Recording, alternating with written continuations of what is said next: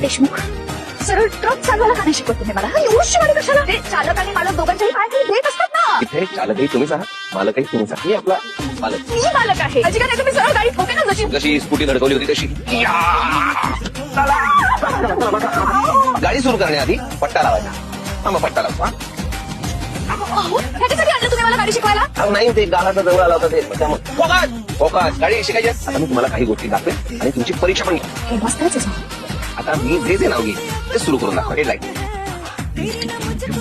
वाईट बघा. हे जे काही केलं हे खाली न बघता करायचं. हेडलाईट. अहो तुम्ही हेडलाईट म्हणलं, तुम्हाला हेडलाईट आहेत काव्य? काय करताय तुम्ही? काव्य हॉर्न गिअर टाका. बस गिअर टाका. सुरेश दाबून.